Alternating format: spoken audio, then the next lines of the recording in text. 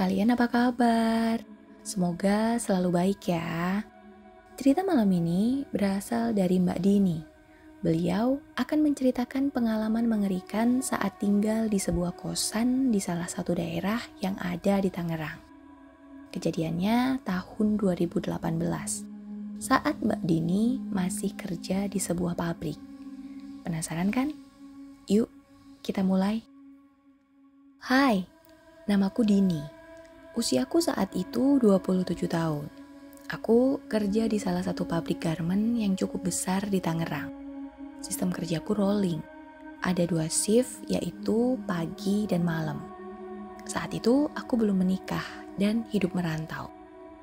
Awalnya, sebelum aku tinggal di kosan yang akan aku ceritakan ini, aku tinggal berdua dengan temanku di sebuah kontrakan. Karena saat itu aku benar-benar baru mulai kerja. Jadi uang juga masih pas-pasan. Makanya aku bersyukur banget saat temanku ngajak tinggal bareng. Karena uang sewanya itu jadi murah. Tapi itu gak berlangsung lama. Karena temanku nikah dan tentu saja dia pindah kontrakan. Jadilah saat itu aku mulai nyari kontrakan lain yang lebih terjangkau. Karena menurutku kalau aku bayar full sendiri, kontrakan itu rasanya masih terlalu mahal. Apalagi begitu temanku pindah, aku baru sadar kalau aku itu nggak punya perabotan apapun, termasuk kasur. Jadi aku memutuskan untuk cari kosan aja. Karena kalau kosan kan pasti udah lengkap ya, minimal adalah lemari dan kasur. Nah, waktu teman kerjaku ngasih tahu info soal kosan yang murah dan deket pabrik, aku langsung tertarik. Harganya sendiri cukup murah, yaitu sekitar 150.000. Memang hanya satu kamar aja sih, tapi ada kasur lantai dan lemari kecil. Untuk kamar mandi dan dapur, sharing dengan penghuni lain. Selain murah, satu yang aku suka, lokasinya itu deket banget sama pabrik. Jadi aku cukup jalan kaki aja pulang pergi kerja. Aku pikir, ya udahlah, ini lebih dari cukup.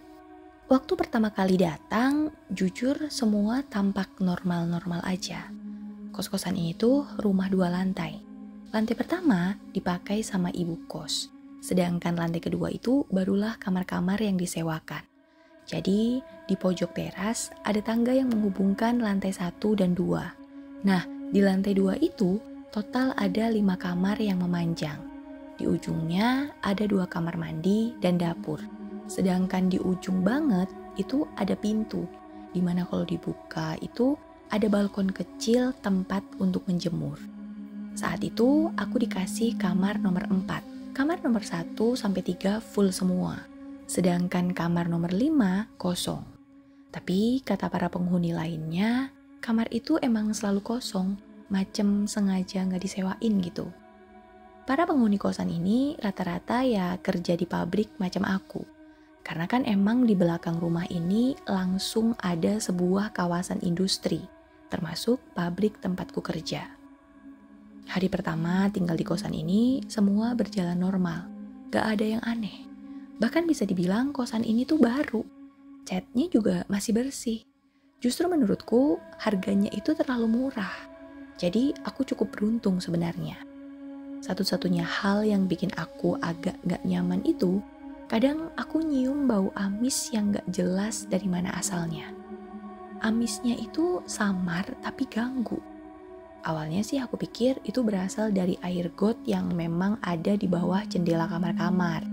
Tapi kalau pas jendela dibuka, gak kecium bau apa-apa. Justru gotnya itu baunya chemical banget. Karena mungkin airnya kecampur limbah-limbah pabrik. Tapi secara keseluruhan, aku sih gak masalah ya dengan kosan itu. Lagi pula murah dan dekat. Pemiliknya juga baik menurutku. Pas aku datang untuk bayar kontrakan, aku disambut ramah. Mereka itu sepasang lansia yang cukup sehat. Tapi gak tahu kenapa walaupun muka mereka selalu tersenyum, senyumnya itu bikin gak nyaman. Senyum-senyum dingin gitu. Tapi ya udahlah, gak aku pikirin. Rumah mereka juga walaupun dihuni orang tua, tapi bersih banget. Di ruang tamu ada sebuah figura besar keluarga mereka. Suami istri yang masih tampak muda dan 2 orang anak, laki-laki dan perempuan. Mereka cuma pesen kalau kami para penyewa nggak boleh bawa temen buat nginep. Dan kalau malam jangan suka berisik, gitu aja. Nah, minggu-minggu pertama aku tinggal di sana, semua tampak normal. Aku yang memang bisa dibilang kerja tidur doang, jarang ketemu sama penghuni lain, kecuali hari Minggu. Karena hari Sabtunya aku masuk. Itu pun kami hanya saling sapa senyum aja, terus masuk ke kamar masing-masing. Iya, jujur aku sih gak masalah ya, karena aku sendiri emang gak suka basa-basi juga. Lebih suka tidur kalau libur, masak juga jarang. Semua beli kecuali lagi pengen makan mie. Nah, tapi di minggu kedua aku mulai merasakan adanya keanehan demi keanehan. Yang pertama, kalau malam aku itu sering banget denger kayak ada yang garuk-garuk tembok pakai kuku gitu. Krak, krak, krak, krak, krak gitu. Bahkan kadang mukul-mukul tembok juga. Saking kerasnya, aku yang lagi tidur itu kadang kebangun. Tapi aku gak tahu pasti suaranya dari tembok mana. Dari kamar kosong yang ada di sebelah atau tembok Mbak Siti, penghuni sebelahnya. Nah, yang kedua bukan suara garukan tembok, tapi ketukan di jendela kamar. Ya nggak apa-apa sih kalau jendelanya itu ada di depan pintu.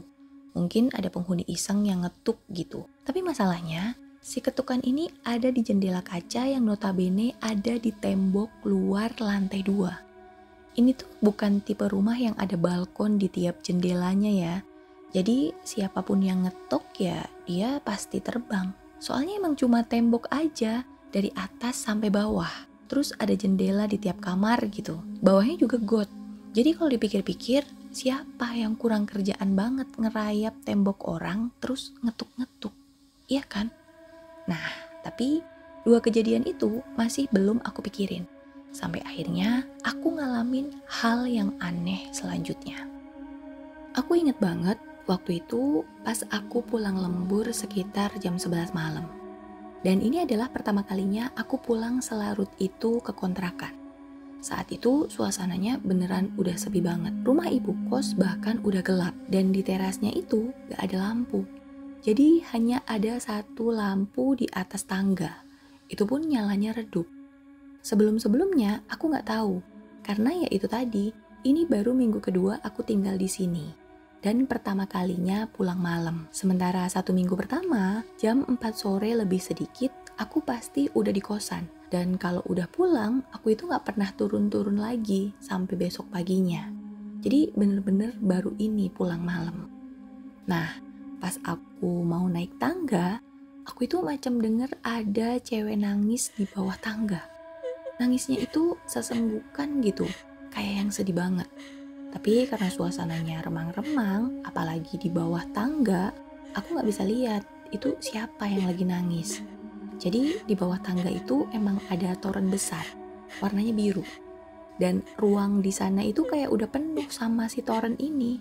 Tapi kok kedengeran suara cewek nangis? Duduk di mana dia? Nyelip di antara tembok dan toren apa gimana? Wah, jujur waktu itu aku antara takut dan penasaran. Tapi pas aku lagi ngelongok ke arah toren, tiba-tiba aku nyium bau anyir yang aneh gitu. Jadi rasa penasaranku kalah sama rasa takut. Akhirnya buru-buru aku naik ke tangga untuk menuju kamarku. Saat itu semua pintu di kontrakan udah ketutup dan gelap. Tapi di kamar nomor 3 atau kamar Mbak Siti, aku masih dengar ada suara TV samar-samar. Aku pun masuk kamar, duduk-duduk sebentar, ambil anduk, terus ke kamar mandi. Karena aku emang mau mandi. Nah, pas aku lagi mandi, di sana kan ada 2 kamar mandi ya. Samar-samar aku dengar ada yang mandi juga.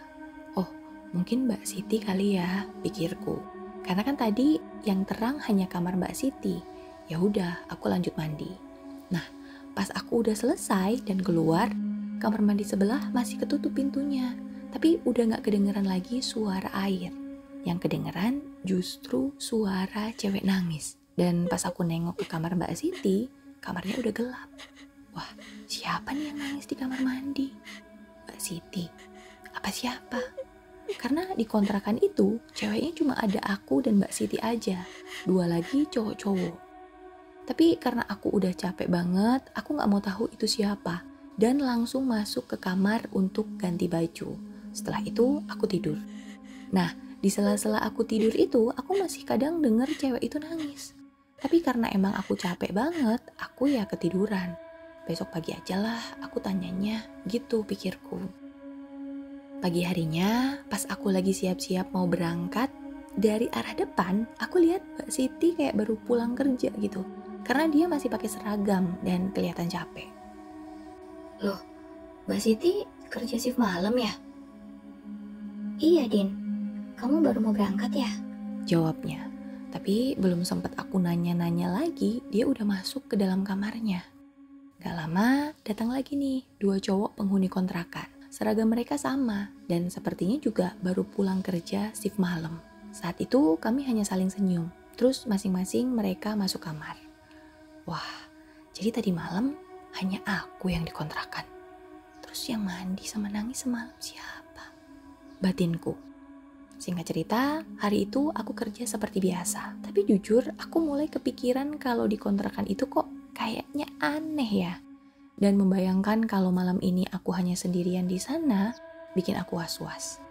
Hingga akhirnya jam pulang kerja pun tiba. Seperti biasa, aku mampir ke warteg untuk beli makan malam dulu sebelum pulang. Nah, di warteg itu aku ketemu Mbak Siti. Dini, baru pulang kamu. Beli apa? Ini, Mbak. Beli telur kecap sama bening bayam. Mbak Siti masuk kerja jam berapa? Nanti jam 7. Kenapa? Aku pengen ngobrol aja dulu, Mbak. Bisa nggak? Dengar gitu, Mbak Siti agak heran. Terus dia ngajak aku duduk di kursi panjang yang ada di luar warteg. Kenapa, Din? Mbak Siti udah lama belum tinggal di kontrakan itu? Kenapa emang, Din? Ya nggak apa-apa sih, Mbak Siti. Aku kemarin dengar suara cewek nangis di bawah tangga, Mbak. Terus pas malam ada lagi yang nangis, tapi di kamar mandi. Aku pikir itu Mbak Siti. Dengar itu, Mbak Siti diam sebentar. Kamu lagi capek kali, Din. Aku nggak pernah dengar aneh-aneh kok selama tinggal di sana. Iya kali ya, Mbak. Tapi semalam aku juga lihat kamar Mbak Siti terang lampunya. Terus ada suara TV. TV? Aku nggak punya TV, Din. Ngarang kamu. Benar Mbak Siti. Ada suara TV. Apa suara apa ya? Kamu capek kali habis lembur, makanya aneh-aneh. Aku nggak pernah ngalamin gitu-gitu sih selama tinggal di sana. Kalau jendela diketok-ketok malam-malam, Mbak. Hah? Jendela? Siapa yang bisa ngetuk jendela setinggi itu, Dini? Kamu lucu deh. Katanya lagi. Tapi gak tahu kenapa, walaupun Mbak Siti ini macam ngebantah apa yang aku bilang, mimik muka Mbak Siti ini kelihatan banget kalau dia takut. Kayaknya Mbak Siti tahu sesuatu, tapi gak mau ngomong. Jadi ya udahlah, aku gak nanya apa-apa lagi. Singkat cerita, setelah maghrib, aku ngerasa suasana kosan ini agak ramai. Karena ketiga penghuninya yang bersiap mau kerja asik bercanda. Jujur saat itu aku macam pengen ikut mereka keluar kosan juga. Tapi bingung mau kemana. Dan akhirnya aku hanya ngelihat mereka pergi satu persatu. Aku juga masuk kamar. Dan mungkin karena capek, aku langsung ketiduran. Pokoknya bangun-bangun udah jam 11 malam. Dan karena ingat belum sholat isya, aku langsung bangun terus ambil wudhu. Wah, suasananya saat itu sepi banget. Dan tiba-tiba turun hujan. Aku yang kaget langsung buka pintu balkon tempat jemuran dan ngangkatin semua baju yang ada di situ. Karena tipe balkonnya itu nggak ada atap. Jadi kalau lupa angkat cucian, kalau hujan ya udah basah lagi. Nah, lagi sibuk angkat-angkatin baju, samar-samar aku nyium bau anyir itu lagi. Dan sempet nutup hidung juga karena baunya itu agak nyereng. Tapi ya udah, selebihnya aku kembali sibuk angkat-angkat semua baju. Karena kan kejar-kejaran juga sama hujan. Sampai akhirnya di sini. Kan semua baju yang ada di situ aku angkatin ya, sampai si tali jemuran ini kosong. Nah, pas udah kosong, tepat di pojok balkon, aku ngeliat ada cewek. Dia duduk nyandar di tembok dengan kedua tangan dipeluk. Dia kayak pakai daster pendek tanpa sendal. rambutnya itu panjang tapi mukanya nggak kelihatan karena emang dia nunduk gitu. Wah, seketika aku kaget. Baju-baju yang tadinya aku bawa aku lempar begitu aja ke lantai. Lalu aku lari ke kamarku, terus aku kunci. Di situ perasaanku udah gak karu-karuan. Aku bener-bener takut, panik, bingung, campur jadi satu. Karena kalau dilihat-lihat, si cewek tadi itu putih banget. Putihnya itu putih pucet gitu. Walaupun belum sempat lihat mukanya, sekilas penampakan itu udah serem banget. Buru-buru aku nyari HP-ku, mau nelpon temanku. Tapi karena lowbat dan aku juga tadi ketiduran, HP-ku ternyata mati. Wah, makin panik lagi. Mau langsung keluar juga nggak berani. Takut sosok tadi di luar pintu. Akhirnya aku hanya bisa berdoa sambil nunggu HP-ku keisi. Dan saat itulah ada yang ngetuk pintu. Wah, aku diem aja. Makin panik dan mulai gemetar. Ada ketukan lagi.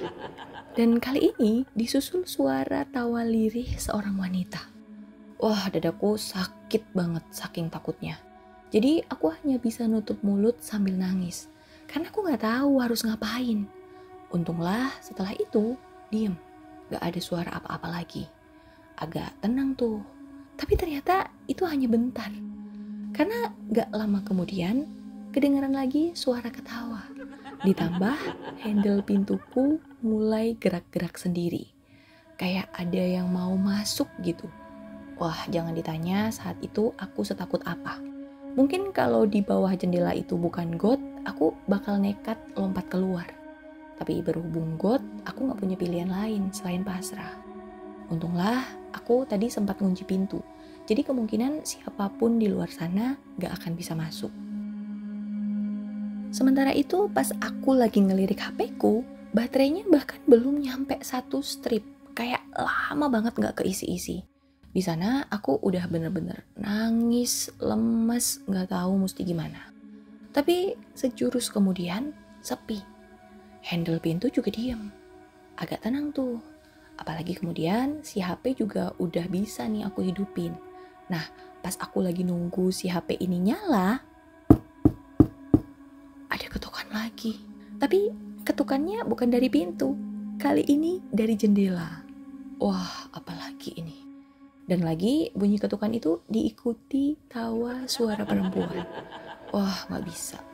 Aku langsung lempar HP-ku dan ambil selimut terus nutupin seluruh tubuhku pakai selimut. Aku udah gak kuat. Aku bahkan sampai gak bisa mikir apa-apa lagi saking takutnya. Jadi aku hanya bisa nangis sambil meluk guling.